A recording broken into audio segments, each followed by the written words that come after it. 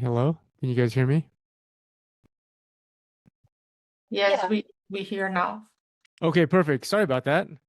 Um, could you guys hear anything I said from earlier from the beginning? No. Okay, sorry about that.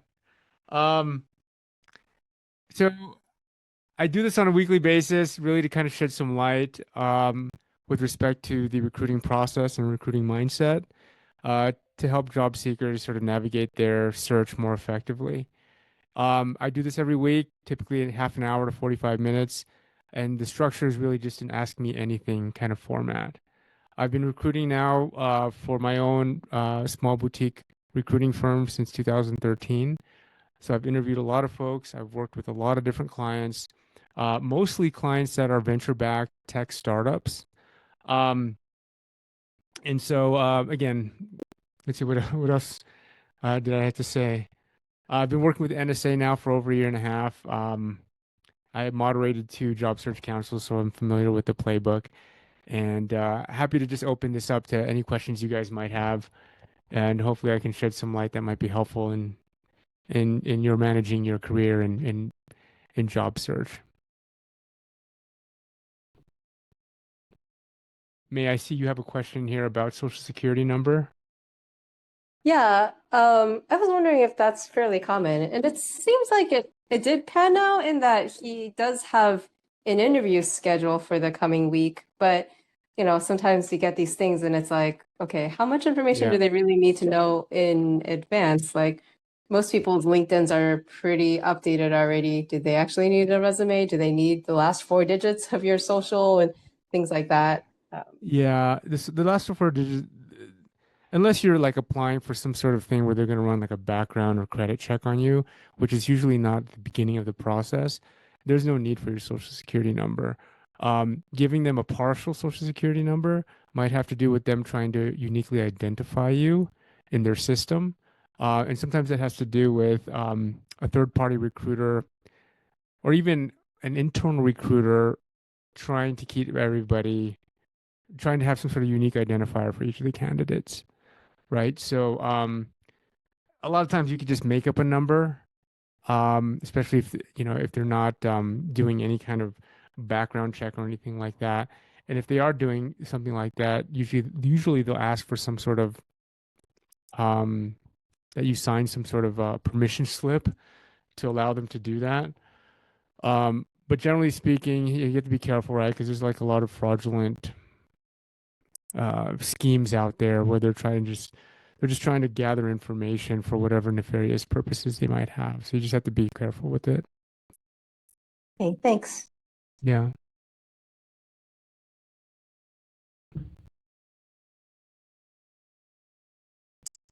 Hi, Cody and Ton. You guys have any questions? I do have a question. Um, I'm not getting a lot of interviews, Yeah.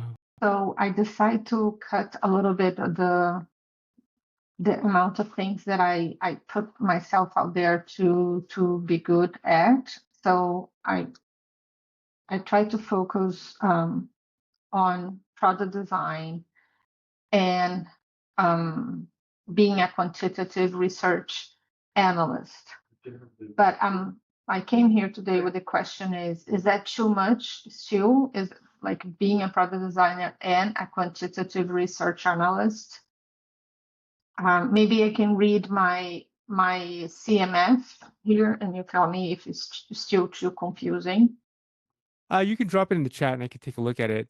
But I want to make sure that I understand your question. So it sounds like you have sort of a maybe a broader skill set, and your question is around how that might translate into the kind of role you would be pursuing.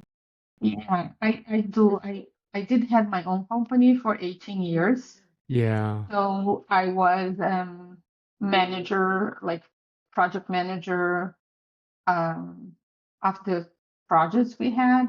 And then I worked for a consultancy company doing project management, program management. So I may have a very large set of skills.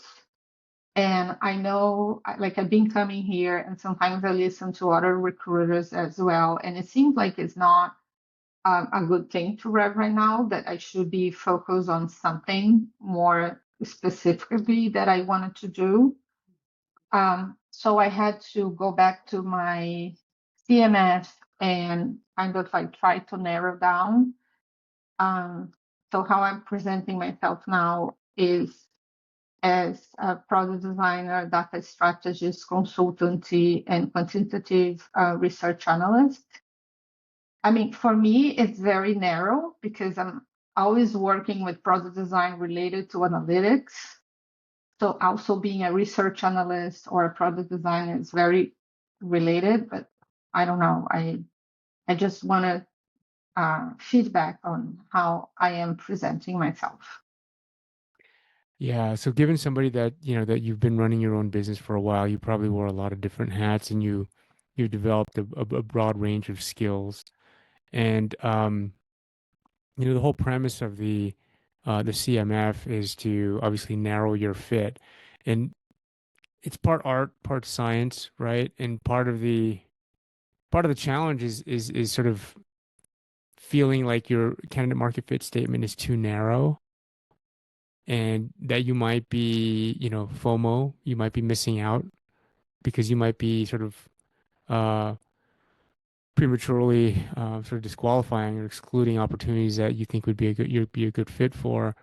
So it is a bit of a balancing act, and that's the judgment call that you need to make, right? And so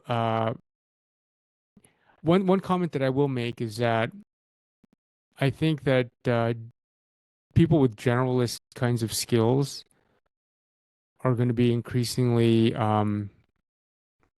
I think the value, the market value in that kind of breadth of skills is going to increase. I think for a long time, the market really valued specialization, like fairly narrow specialization, because oftentimes you're working in an organization or a team where your book ended, um, and your set of skills are needed in a certain depth or a certain book-ended role. And then adjacent to you, you have other people that are sort of filling those roles. But I think what's happening now, based on what I've seen with some of these trends and with AI, is, that role that was fairly traditional in the past. I think the folks that are in that role, the breadth of what they'll be doing is broadening with the help of AI. As an example, right? A product manager now might not need to rely on a senior designer to crank out mocks or whatnot, right? They might not even need to rely on a software engineer to whip up some sort of MVP, right? They might be able to do that with AI, with Cursor, what have you. And so, as a product manager now, where they weren't touching design or they weren't touching any code or any implementation of MVPs, for example, now they can sort of broaden how they're able to contribute. So it's just a theory. I think that having a broader skill set is going to be increasingly valuable. Um, but yeah, going back to your question, Lou, I think I mean that's a judgment call you need to make as far as um, how broad you make your CMF or how narrow. Um, but I understand the forces at work that would keep you from wanting to make it too narrow. So I hope that helps. It does. Cody, any recommendations on tools for interview prep? I've been practicing with other NSA members where I can use and using try Exponent, but I'm still struggling on landing actual offers. Yeah, interview prep. I mean, one of the best tools that I would recommend, and you've probably heard this before, is ChatGPT. Um, you can provide ChatGPT with a lot of context around you. You can talk to it, and you can have it play the role of interviewer, and you can give it all the context around the company that you're interviewing with, the stage of the interview, the job description, and you can basically tee it up and say, hey, this is my first interview, act as a recruiter, or this is my third interview, act as the whatever, the hiring manager or whatnot. Um, and you can start to simulate different sort of interview scenarios and actually interview, do mock interviews with ChatGPT. And so I think part of it is just teeing it up, setting it up properly, giving it the right context, and it could very much, give you a way to, uh, solicit feedback without relying on other people. So you can do this pretty cheaply, sort of in your own time, right? And you can do this for, any number of given companies that you want to. So, may I ask, Cody, is this something that you've tried before?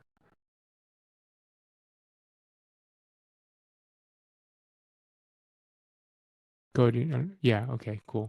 What successes have you found with that? Or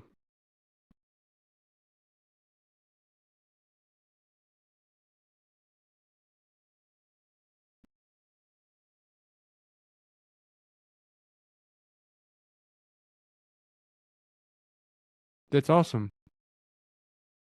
That's great. I mean, and where do you think that you're struggling most with respect to your interviews? I mean, obviously, there's a lot that can happen between an interview and an offer, and you might be doing 99% of what you need to do in an interview, but for other reasons, you might not be getting the offer. So you might be on the right track with respect to your interview prep.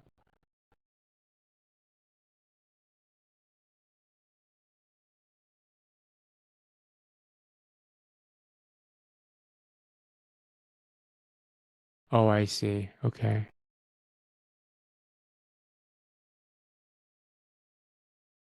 So, are you finding that cycles, just increasing the number of interview cycles that you do as far as like practice is helping you to kind of stick to the plan, so to speak?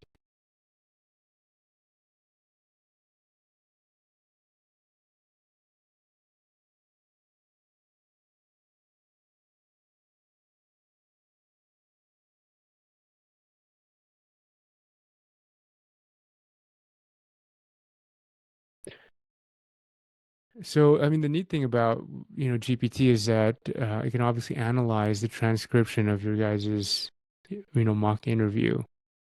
And, if you do this n number of times, you can actually have it analyze your progression through the n number of interviews that you've done with it.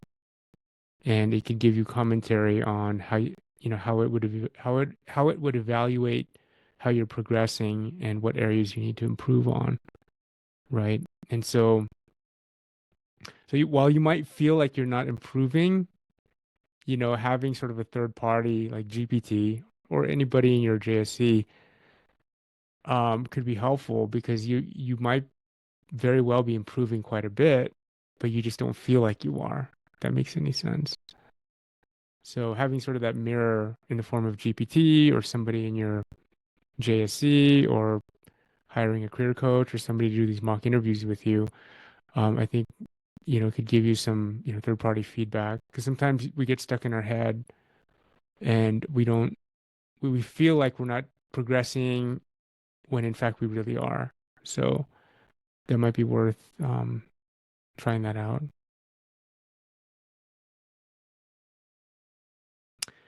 Um, let's see, Don. I recently got laid off from my most recent role after not passing my probation period after 3 months. This was my first corporate position. What would be the best way to frame this during interviews? Currently, I have stated we mutually agreed that it was not a good fit. So if I was in, if as a recruiter, I'm going to see this on your resume if you put it on your resume, and I will see 3 months, and that would be a yellow flag, meaning I would question it. And my question to you would be like, it looks like you were only there for 3 months.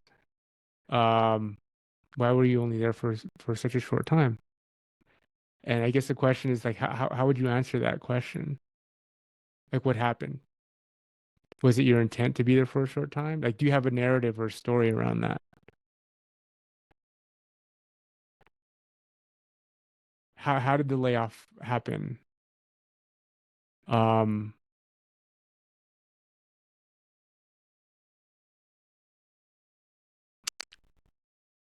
oh, no worries, Cody.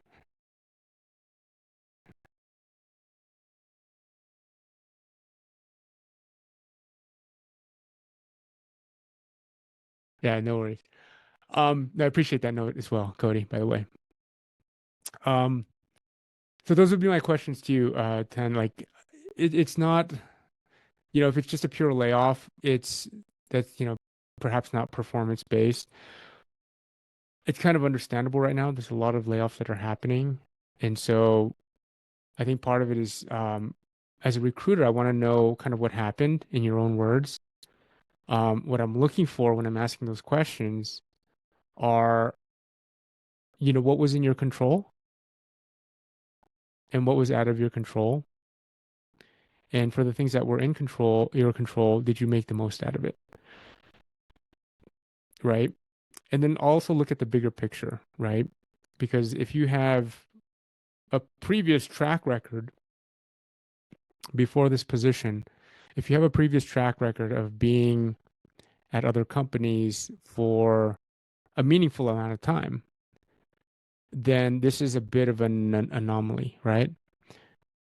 But if you have a series or you have a history where the last, I don't know, 4 positions, you were only with them for 3 months or 5 months or 2 months or 6 months, then as a recruiter, I will start to wonder, is this like what could be going on here? So those would be some of my questions. But if it is a bit of an outlier or anomaly, um, then then you can kind of just describe what you learned from the experience and what you maybe could have done differently, right? Because that company that you ended up accepting an offer with, um, whatever, 3 months ago, like, are there any yellow flags that you could have sniffed out in advance, right? So thinking about those things and what you could have done, what was that completely out of your control? Thinking about those things could be helpful, and then also, what you learned out of it. Because I mean, going forward, you don't. I mean, it could also turn into, um, it could help you sort of question the company that you're interviewing with, right? Um, so that you could be more discerning. Like going back to that company that had the layoff, when you were interviewing with them, is there anything you would have done differently as far as your interview process with them? Would you have asked them about, their plans for growth or hiring? Would you have asked different questions to help you get a better sense of, sort of the outlook of the company, right? And how would that translate to the next company you're hiring or you're interviewing with? So just stepping back as a recruiter, what I look for is, does a person have a sense of agency? Are they making the most of what they have? Are they resourceful? How do they make decisions? Do they have a good sense of judgment, right? Do they have if even things that are out of their control and things that sort of might come out as a sort of a curveball, are they able to make the most out of that? That's something that I look for as a recruiter, and a lot of the companies and hiring managers that I've worked with, um, they look for a lot of those characteristics. So I hope that helps, Tan. All right, anyone else? We have a few minutes here. I wish I could see your lovely faces, but I know that some of you guys have to be sort of anonymous, so I respect that.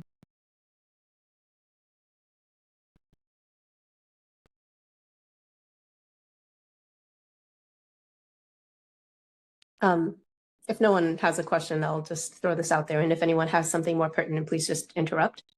So someone threw out the idea of reducing their 2-page resume down to one and just having their technical skills, their accomplishments, and then, having the rest of their jobs just be the company, the title, the years they were there, and the brief, like 1 or 2 line description of what they do. And then at the very end, education, as the university, although they're, a portion of it might also be integrated back into the top title to make it even shorter so that it is literally just a 1 page of here's the value and that's it. If you're interested, you can contact for like an interview in order to kind of have it just be interesting enough and also a lot more white space and just focus on the value that was delivered.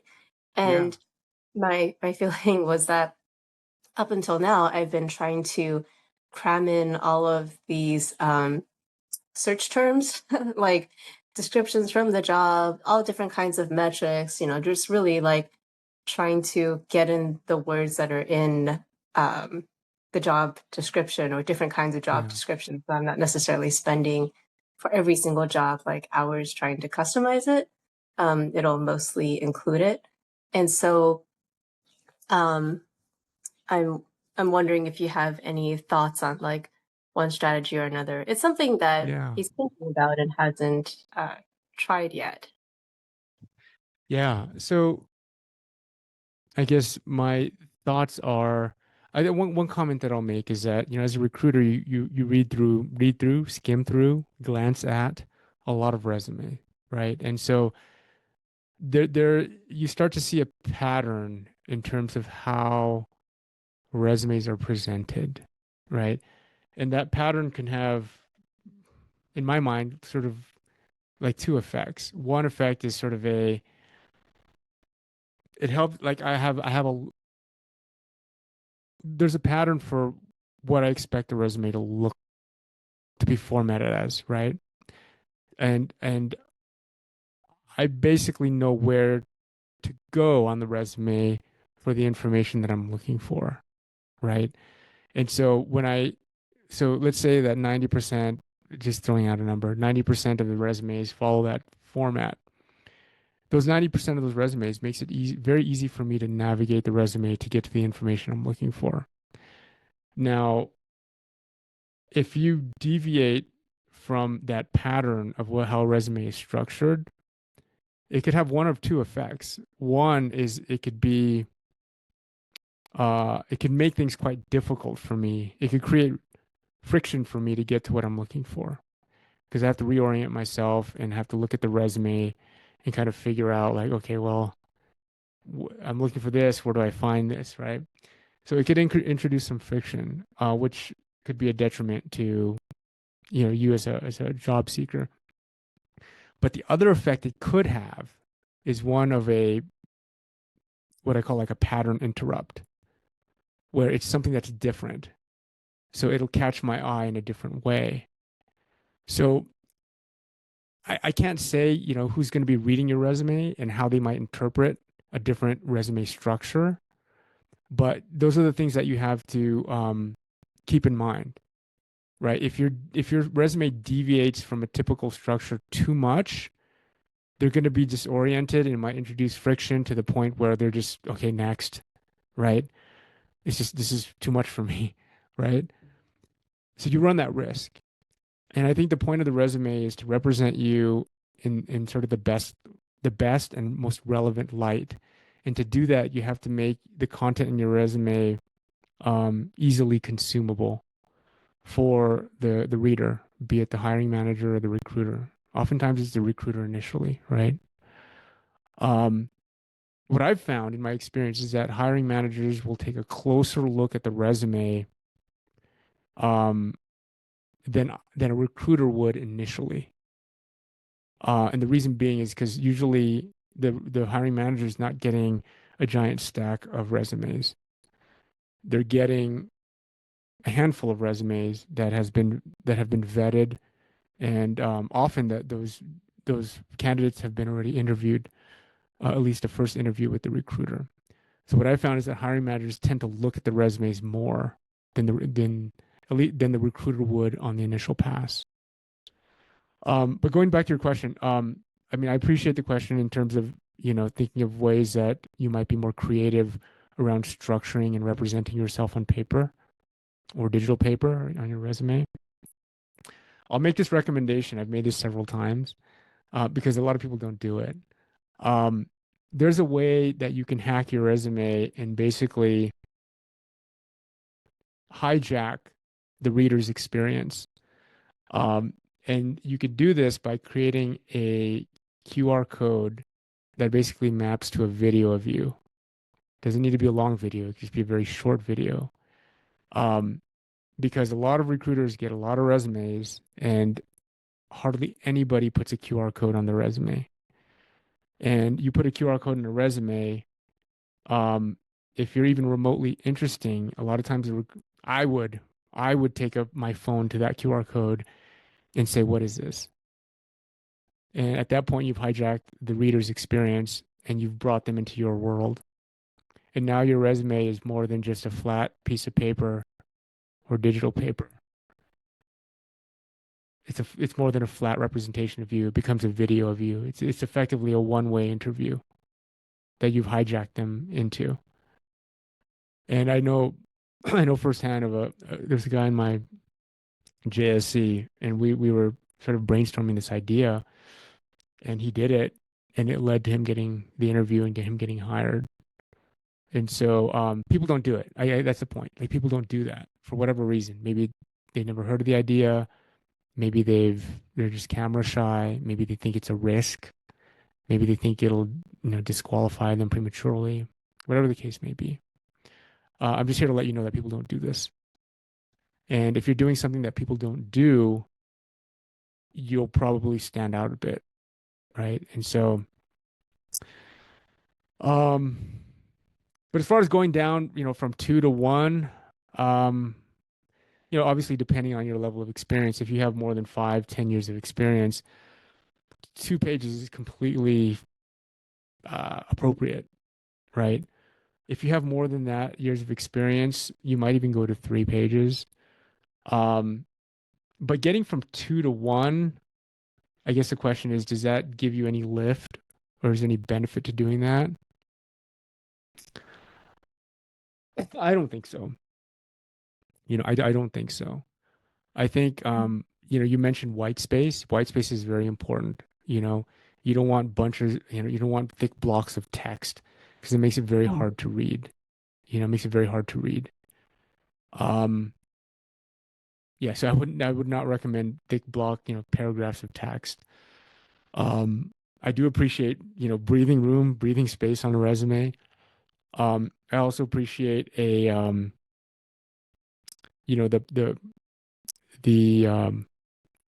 professional summary or objective section at the very top. Because that's an opportunity to kind of speak in your voice and to sort of hook the reader. I would recommend folks sort of reserve that space to being an area that they maintain and personalize for each company or job description. I'd like to see marquee career accomplishments up there that are relevant to the position I'm recruiting for. So I hope that helps, May. Yeah. Hey, how long is this video then, and what do you usually host it on? You can host it on YouTube, Vimeo, whatever. A lot of free platforms out there. You can record it on your phone. As a recruiter, I'll tell you what I'd like to see. I'd like to see there's an energy, right? There's an energy that you can see and hear and feel on video. So it doesn't need to be long. Like, you don't have to regurgitate or rehash your resume. I'd just like to see an energy, a passion, and I'll be asking myself, oh, is this somebody I can see myself working with? Assuming that I'm a proxy for the rest of the organization and its culture, right? What I've seen work So the gentleman I was talking about that did this, he had two videos. One video was a video that was sort of highly produced. It wasn't produced for his resume. It was produced as a marketing um, video for the company he was working with. And he produced that marketing video. And the marketing video wasn't so much about their products. It was more a marketing video about recruiting. So it was a marketing video about their culture. And he helped produce that video. So so he included that video in the QR code. And then and then the other video he had was a video of him, and it was kind of cheesy, which was it was shot like he did this himself. It was like I don't know if you remember those 80s sitcom shows, and in the beginning they had this montage. What's that? Yeah, Yeah. yeah, the intro song. Yeah, yeah. So it was sort of an intro like that to him, but on a personal level. So things that he likes to do, his family, whatever, right? And it was super cheesy, right? Which I think, it's disarming and it's authentic, and it wasn't salesy at all, right? It wasn't him talking about all of his accomplishments and, puffing his chest or anything. It wasn't none of that, because that's what your resume should do for you, right? But it was more of like, hey, this is me, this is who I am. You're just adding more dimension to your resume, right? So again, it's a blank sheet, right? You can do whatever you want. Because the thing is, people don't do this stuff, and I wouldn't say there's only one way to do this. I think what he did well was that he had two videos that showed sort of two dimensions of him. I think the other piece was that it was very authentic, right? Like he wasn't afraid to let his guard down as far as him being maybe showcasing a personal, quirky side of himself. And that's a risk, right? And people can get really nervous about that. But so I think part of it is just kind of giving a voice to your video, giving a voice to your resume, right? Um, and I mean, there's ways you can test into it too, right? Like you can do different videos. You share it with your JSC, see what people think about it. Share it with people in your network, see what people think about it. You know, um, as you put it out there in production, so to speak, recruiters that see it and end up calling you, you can ask them what they think about it. Was it the reason that they called you? Or was there something that stuck out? So you can sort of test into it. Again, I keep saying this, but the point is people don't do this because it's, in their mind, it might be risky, right? So, but here's the thing, like what everybody's doing is they're using GPT to kind of optimize their resumes with keywords and blah, blah, blah. And so not everybody's doing this, right? But a meaningful number of people are doing this, and that number is increasing. So, when a recruiter's reading a resume now, so sometimes it's like, oh wow, it looks like the job description, And so yeah, it's a little bit of an arms race. If everybody starts doing it, then it might lose some of its efficacy. But yeah, but just an idea. Thanks, Eric. That's very original. Yeah. So give it a try. I'd love to. I mean, if you end up giving it a try, I'd love to hear where you go with it, or and feel free to ping me if you have any questions about that. Because personally, I would love to see more of those. As a recruiter, like you're looking at resumes all day, and they're so flat, right? Like, who's the person behind this? That's why a lot of times recruiters will go to the LinkedIn profile, and that's what they're looking for. They're looking for sort of additional dimensions, additional facets above the resume, right? And that's what it should be. Your LinkedIn profile shouldn't be a regurgitation or just a copy and paste of your resume, because recruiters are looking for that additional dimension. So the resume is personalized to the job you're applying for. The resume is more generic. Oh, my It's more LinkedIn is like a longer version of my resume. Yeah, I don't think it needs to be like that, right? You don't need to regurgitate everything. I mean, there's opportunity for it to be longer because you have other sections that you wouldn't include, like recommendations, on your resume. You probably wouldn't include that on your resume, but it gives, again, a little bit more dimension that a recruiter would be looking for. So a lot of times That's when I probably see a just resume that I'm remotely interested in, I'll click over to the LinkedIn. So make the LinkedIn link on your resume very accessible Mm. because they should complement each other.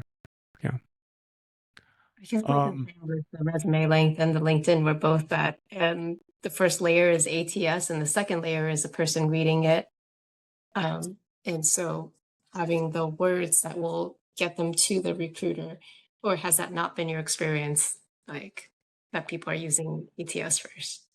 Well, there's different ATS systems out there, and the ATS systems have increasingly been integrating AI into, things like keyword scoring and things like that. Not all of them are using it, but I think recruiters increasingly are being asked to do more with less. So, I don't want to say that, keyword matching is a worthless exercise in your resume. It's definitely worth doing at least once, but getting too hung up on it, I don't think you're going to see the returns you might be expecting. It's worth doing the exercise initially, right? You want to make sure that you're being consistent, that you are expressing your experience and yourself and accomplishments in language that people understand or that might resonate specifically with that company or that culture. You should do that, but don't get too hung up on it, you know? Okay. Thanks, Eric. Yeah, sure. Cody, can I talk about AI titles, AI automation, AI engineer, prompt engineer, etc.? I always assume that they need more AI knowledge than I have, but I had a recruiter reach out for a role, AI automation specialist. I would have never thought to apply for. Now I'm in the final round, so I clearly misassessed my own ability. So a lot of stuff is new, right? Like, you know, I heard a new title the other day in a YouTube video I was watching, agent engineer, right? And like AI engineer, prompt engineer. I mean, these roles are evolving. So, it's I wouldn't underestimate how much experience you need because their expectations might be far below where you might consider your own skill set. I mean, be able to back it up, right? And talk about projects you've worked on or whatever you might have deployed or built that's relevant. Be prepared to do that. Um, but don't underestimate because this stuff's only been around for what, 2 years now? If I'm doing the math. 3 years? Yeah. So, so yeah, and so much of it is about the application, right? I mean, I know that some of these folks have been working on whatever, transformers and machine learning and AI maybe for 5, 10, 15 years. But as far as the applications of these platform technologies, it's so new, right? And so there's going to be a lot of opportunity there. So Cody, I'd really be interested in hearing kind of where you end up. I think you're using an alias right now, but maybe if you'd reach out to me, I'd love to kind of just keep in touch and kind of see how you end up doing with that and what you learn from it. Because I too am trying to really immerse myself in AI and yeah. Um, Thanks, Ton. Thanks, May. Oh, email's fine. Either way, Cody, I check both. But email's maybe more preferred.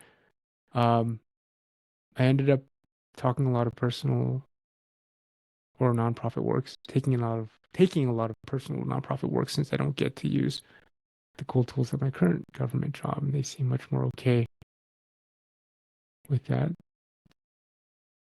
than I have for other non. Oh.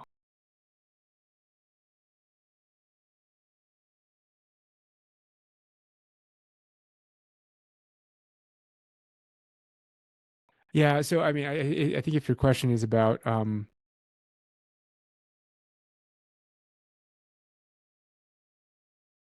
then other non-AI jobs when I try to insert anything. Sorry, Cody, I'm a little confused. It sounds like you ended up taking a lot of personal or nonprofit work on with respect to AI.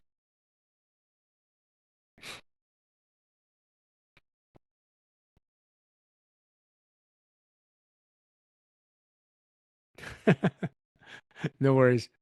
Um, yeah, I mean, I'd be happy to catch up with you at some point, Cody, if you want to reach out. I'd love to learn about what how your interview journey is going, and as a function of what you're learning with AI and how you're positioning yourself. It's something that's really interesting to me because I think that a lot of folks are going to start learning more about AI and how that integrates with their current career or their domain of experience. And then how do you sort of mash that together and message and market or rebrand yourself? And it sounds like you've done that pretty well, at least to the point that you're getting interviews for these AI specific roles. So really interested.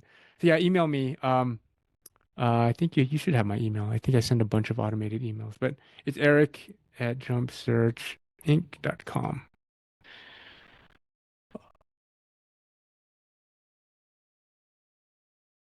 Yeah, I know. That's really cool. Love to talk about it. All right. I think that's about it, Cody. Just you and me here. And I got a jam too. So, looking forward to catching up. I'll look for your email. All right. Thanks, everyone. Talk to you soon. Bye.